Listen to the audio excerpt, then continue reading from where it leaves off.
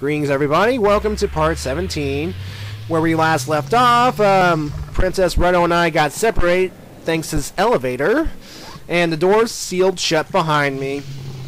And what's coming down this elevator is a Big Octo, or Big Octo. Big Octo here is the mini-boss of this dungeon. And, he's not hard per se. I mean, what it is, it's just more of an annoyance because if you're trying not to get hit, it'll take a while before you can defeat this guy. Basically, the strategy is you need to Big Octo will run around the room, and while Big Octo is running around the room, he will spin the middle area, which has now risen to include spikes, and when you run into the spikes like I did here, you will take damage. See? And of course, which means that it'll be hard to catch up to this guy because this guy can move fast for a big, large Octorok thingy. So what you want to do here is you want to stun him with the boomerang, and when he is stunned with the boomerang, this green part will be exposed behind him. And that's where you need to strike your sword and make sure you try and do jump attacks for double damage, because you want to kill this guy as quickly as possible. And again, folks, if you're doing it the legit way, going around trying not to get hit with the spikes or running into the Octorok itself, it's going to take a while for you to get into range so that you can Z-target him and hit him with the boomerang. Now, there is another way you can take care of the Octorok. You can let him hit you. I mean, it's a dirty tactic, but it's a quicker way to deal with this guy. Basically, when he runs into you, he will turn around and go the opposite way, and as he starts going the opposite way, quickly use the boomerang to stun him again. And then you want to pretty much attack him on the weak green spot when exposed. So yeah. So all this was inside Lord Jabu-Jabu. I mean, what does this fish eat? Seriously. I mean, this is all Ganondorf's doing, but so Ganondorf just happens to bring a collection of monsters for him to feed. It's like or maybe he like pretty much have this like mixture of powder or something, like monster mix, just add water, and since Lord Jabu-Jabu lives in water and pretty much sucks up water, Ganondorf pretty much tosses a bunch of monster mix inside, and bam, Jabu-Jabu gets sick, and well, yeah. Also, here's a funny thing I'd like to add while you wait for me to defeat this guy. There's a version of Ocarina of Time called the Master Quest, which means that the game is harder. I mean, the designers pretty much redesigned the thing to make things a little harder. And what it is in the Lord Jabu-Jabu redesign, there is actually a cow inside the dungeon. Yeah, an actual cow. And unlike other cows in this game, where if you play a certain song, they will give you milk for free, this cow is actually a switch that we have to hit in order to open the door to proceed onward through the dungeon. So that is truly bizarre. I mean, to have a cow there act as a switch to hurt. I mean, to hurt cows? Oh, come on. Alright. Now, eventually, Big Octo here will get tired of running the same direction, so he'll turn around of his own volition, and at that time, he can catch you off guard, and he'll run into you. And then when he runs into you, he will spin the other way, and again, you can use that moment to stun him and attack him. Again, use jump attacks. Now, that's what I should have been doing from the beginning, because, well, I have a red potion and 2 fairies, so it's not like I'm going to die anytime soon. And folks, after we defeat the Big Octo, we go up to a room that contains another pink fairy to heal us. So sometimes it's worth the risk to get bumped. I mean, it only takes away a half a heart of damage, but still. You do this guy quickly, and you should not die, period. And, of course, he'll leave behind some hearts for you to heal, so yeah. Now it's our turn to go up the elevator. So, yeah. And from this point onward, we are on our own. And, well, Ruto has gone somewhere, so to who knows? I don't know. I mean, it's good news that we don't have to carry her anymore, but bad news is that she has the spiritual stone of water, and we kind of need the spiritual stone of water to get in to help Princess Zelda, who, by the way, is a much nicer person. Anyway, this room right here is kind of weird. There's these reddish moving things. I don't know what they're called. Anyway, here, first you want to take care of the Octorok because, again, these things can be annoying while trying to do this puzzle here. So, yeah, again, dead. Anyway, what you want to do now is take the boomerang, and you want to stun this red thing right there. And while it's stunned, it will act as a platform for us to cross. Do the same thing to this one right here and just go across. Make sure you go across quickly because the stun will wear off and those things will start throbbing again. What the heck are these anyway? Anyway, go down here and jump to this platform right here. And it will take us back down to the first room. So yeah, so that's a secret elevator all along. So yeah. Anyway, the next area we have to get to, what we gotta do is see those crates right over there. And what we gotta do is take one of the crates and take it to the blue switch because it's one of those pressure switches that requires something to be held on in order for the door to stay unlocked.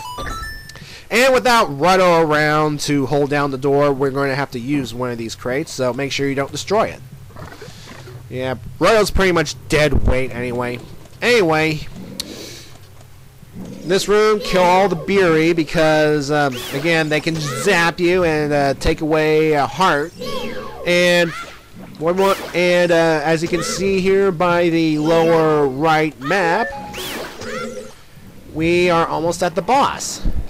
And as you can see here, the room to the boss door is shut, which means we have to find the switch. And we're going to kill all the enemies here to make sure that they don't zap me while I hit the switch. Now, here there's another gold Skulltula. And again, just use your boomerang to kill it. Or if your boomerang skills are not well, just use a couple of slingshot bullets, and then you can use the boomerang to either catch it, the token, or you can just climb up and grab it yourself.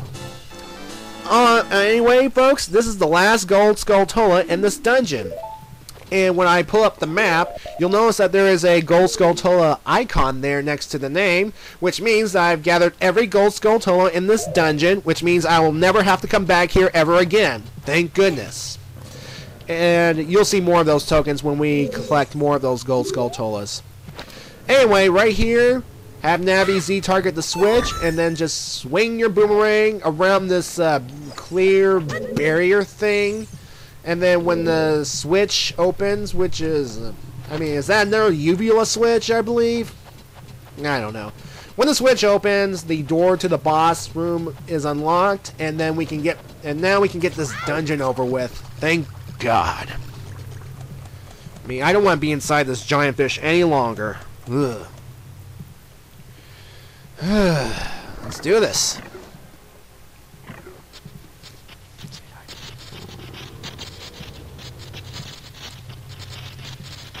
Oh boy, we're dealing with electricity. It's electric. Sorry, folks. Okie dokie, folks. This is the creature that's making Jabu-Jabu sick. Baronade. Baronade here, basically, while he's not difficult, he is the first boss that has the potential to actually kill you if you screw up royally. And I'm not going to screw up royally in this one because yeah. Anyway, for the first stage of the boss here, have Navi Z target these pink things that Baronade has attached itself to the ceiling. And once you've disconnected all Baronade from the ceiling by detaching all 3 of its things, it will let loose the berry, you know, those the large jellyfish things. It will unleash berry that will circle around and it will try to zap you. Now at the same time throughout all this, Baronade has these satellite dishes, these organic satellite dish thingies, and they will pretty much try and zap you constantly, and it can do a fair amount of damage. So yeah. Like, the key thing you want to do in this fight is keep moving in a circle. Keep moving in a circle. Do not stay in one place for too long. Because again, those satellite dish thingies can zap you and you will take damage. So yeah. So once you kill all the big jellyfish things, Baronade will rise from the ground and will have even more jellyfish things. And again, you want to kill them quickly because basically they'll spin around and they'll try to zap you. And also, yeah, Baronade can now move around the area. So it can twirl those things, it can try and zap you. And sorry, can't clear my throat. Basically, you want to get rid of the things.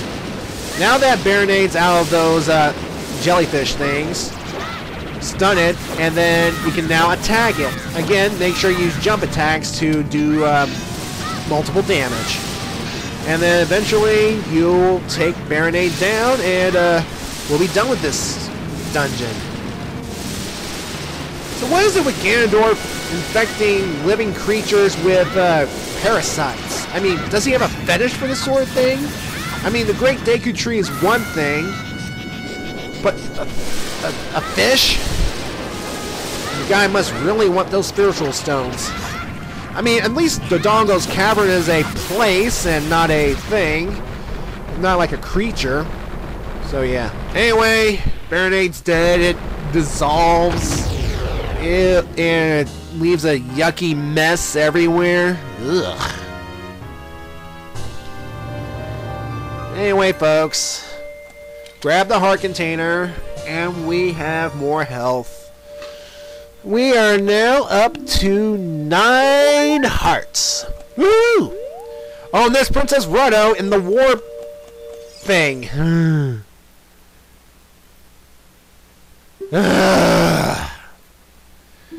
So, where were you all this time? Did she just magically appear once I defeated Baronade? Anyway, she'll warp you. The warp will take you back outside Jabu-Jabu's thing. You'll be back in Zora's Fountain. And what the heck? Okay, that was weird. Okay. A moment ago, you hated me, and now you are taking a slight interest in me. What's going on? Well, basically, just, basically, as a reward for saving her life, which, I mean, she now fully admits that it was cool, she'll give you the spiritual stone of water, thank God. However, Zora's Sapphire, as it's also called, is also an engagement ring, which means that Princess Ruto has pretty much offered it to Link as a future husband. Oh, God. And thankfully, Link is oblivious to what it really means, but yes. But we, the audience, know. I mean, Princess Ruto, it won't work. You're a fish lady, and I'm a human-like kid. Anyway, now that we have all 3 spiritual stones, we can go see Princess Zelda and hopefully stop Ganondorf from taking the Triforce. But first, let's collect some items, and we will begin in part 18. See ya.